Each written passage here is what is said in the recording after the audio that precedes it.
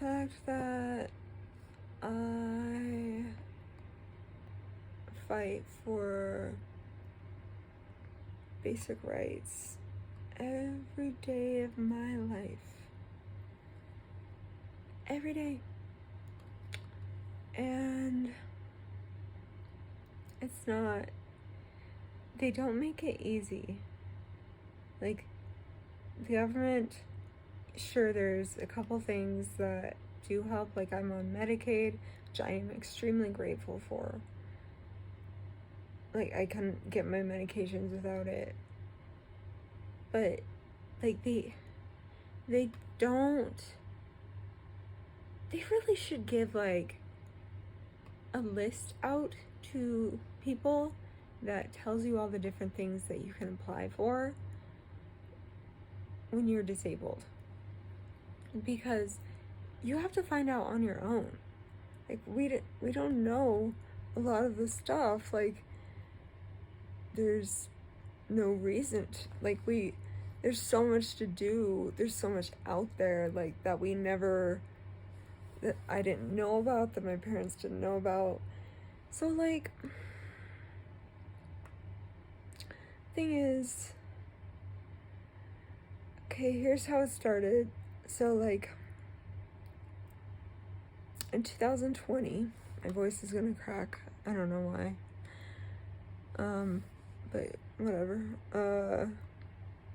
In 2020, I applied for disability, and it took forever, and they eventually came to the conclusion that I wasn't disabled enough and that I in fact could work. So basically they thought I was lying and that I wasn't disabled. And then they give you like a certain amount of time to like appeal it, but I didn't do it in time because I didn't even care. And then I was gonna start again, and we hired like a lawyer through the state, but you only pay like if you win or something. But like, she was terrible. Do not recommend her. I would totally call her out, but I feel bad doing that. And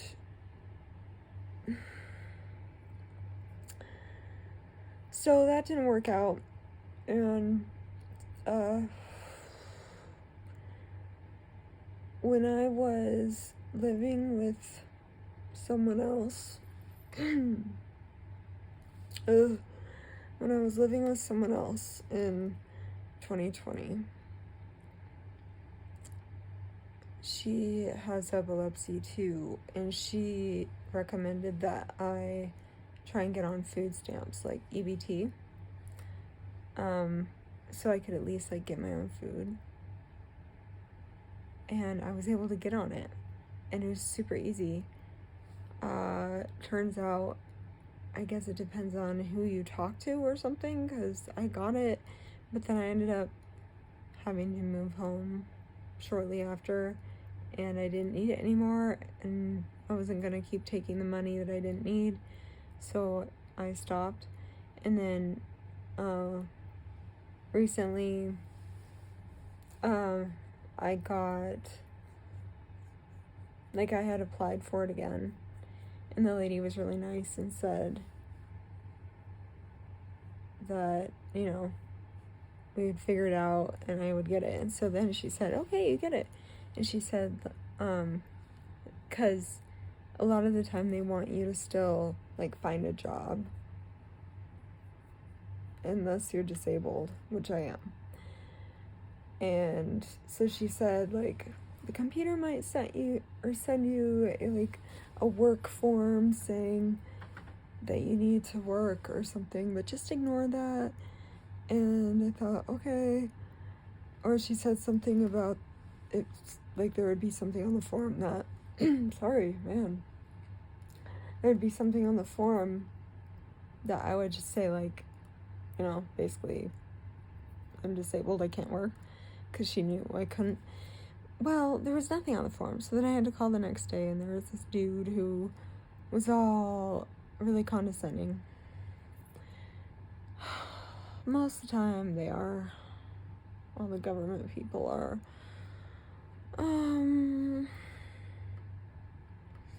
He said basically everything the woman said was like not true at all. And he said that I needed to like get going on like being officially disabled or whatever and work on that, otherwise I may not get EBT food anymore.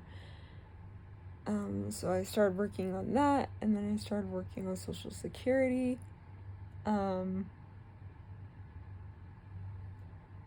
So Social Security is very frustrating. Because you fill out all the information, which takes like, well, depending on how much you have, it can take a long time. In my case, it took like 5 hours to fill out everything, so I had a ton of meds, and I have a ton of doctors. And I was going crazy, but I got it done. And then I looked to see where it was in the process, and because it had been a few days, it was only at 3%. And they say it can take up to like, the whole thing can take up to like 288 days or something. I don't remember exactly what it said. But then my mom said that maybe I could do like subsidized government housing. That's what a lot of people do who can't work or have low income. And anyway, so we were like counting on that, because even though I'm not on, I don't have Social Security right now, like, we know people, like, anyway, we were like, okay, yeah, it should be fine. So I asked the lady when we handed in the papers today, and she said that I'm gonna go on the waiting list until I get approved for Social Security. If then my case will move forward. So it's so stressful. Like, I feel like I'm falling apart. I really do. Because I really just want to like move forward and be able to do things, and it's just, they make it so hard. And these people, like, the government people, there's only a nice person every once in a while, but the people who work for the government generally aren't very nice people. This lady was pretty nice today, but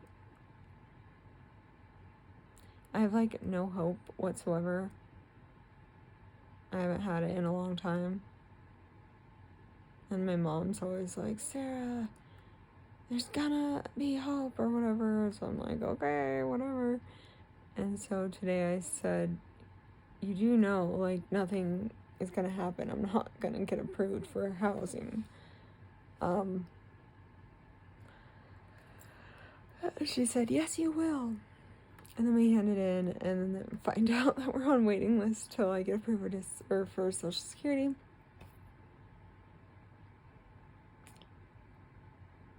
I just have so much going on right now, and they really, like, they should have a list for people who are disabled to be able to know, like, what's our options and what's out there for us to be able to live a semi-normal life, as normal as possible for us. But they don't. Like, they just let us fend for ourselves and, like, try and figure things out for ourselves. It's just, it's not okay. It's not humane.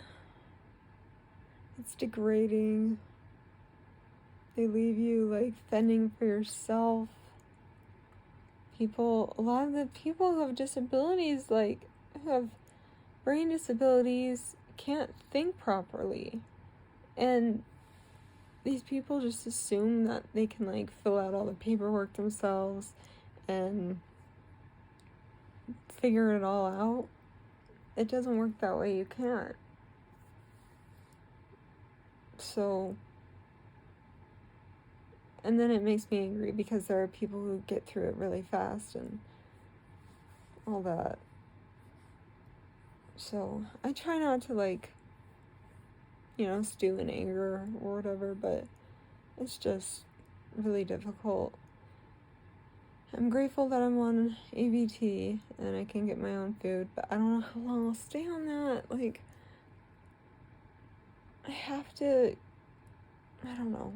I'll have to talk to my mom again.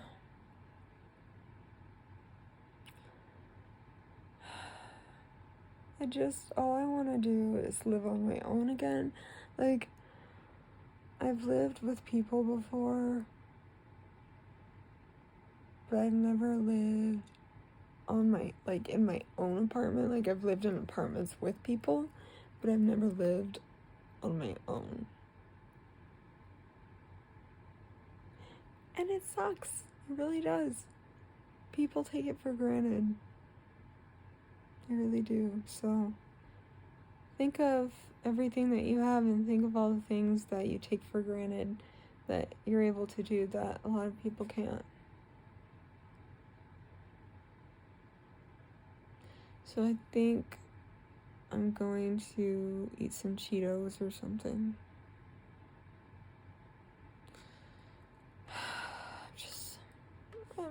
I'm not happy right now, and I feel like crying. But I'm not gonna cry right now. I don't want to cry on YouTube. So yeah. I'm done with this recording. We'll flip it over. Oh my. You see my poster? It's the Friends poster in Monica's house or apartment. So yeah. What is even? Is that my hand?